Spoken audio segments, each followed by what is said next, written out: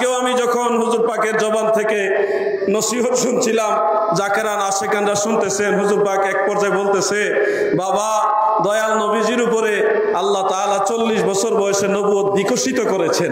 এই বিকশিত শব্দটা শুনে আমার ভিতরে জাগ্রত হলো, দুনিয়ার আলেম সমাজ, তোমরা আকীদা যদি শিখতে চাও মুর্শিদপুর হুজুরের কাছে আসো। আমাদের দেশের অনেক ভাইরা মনে করে আল্লাহর নবী রাসূল করিম সাল্লাল্লাহু আলাইহি ওয়াসাল্লাম 40 বছর বয়সে নবী হয়েছেন, অথচ মুর্শিদপুরে হুজুর পাক আমাদেরকে বললেন, না বাবা, আমার দয়াল নবী নবী হয়েছেন সবার আগে। সব নবীরা যখন নবী ছিল না, তখন আমার নবী আল্লাহর রাসূল ছিল। এই দুনিয়াতে হেরা গুহার মধ্যে পবিত্র কোরআন নাজিলের মাধ্যমে রাসূল পাকের উপরে শরীয়ত দান করে আল্লাহ তাআলা নবীজির নবুয়তকে বিকশিত করেছেন। এই শব্দটা দিয়ে আমি বুঝলাম যে খাজা বাবা যে সত্যিকার একজন আল্লাহর ওলি। ওলি আল্লাহদের জবানের কথাগুলি শব্দচয়ন কত গভীর ভাবার্থ রাখে।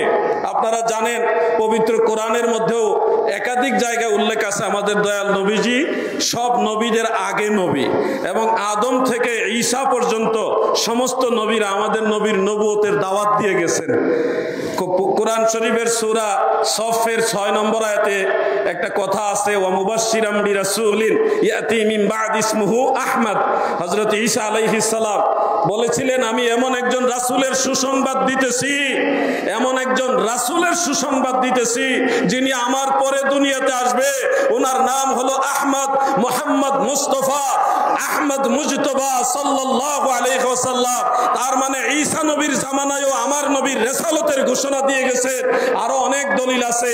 সেই কথাগুলি এক কথায় খাজা বাবা মুর্শিদপুরে সবাইকে বুঝাই দিলেন, বাবা 40 বছর বয়সে আমার নবীর নবুয়ত প্রাপ্তি নয়, নবুয়ত বিকশিত হয়েছে, নবুয়ত প্রকাশ হয়েছে।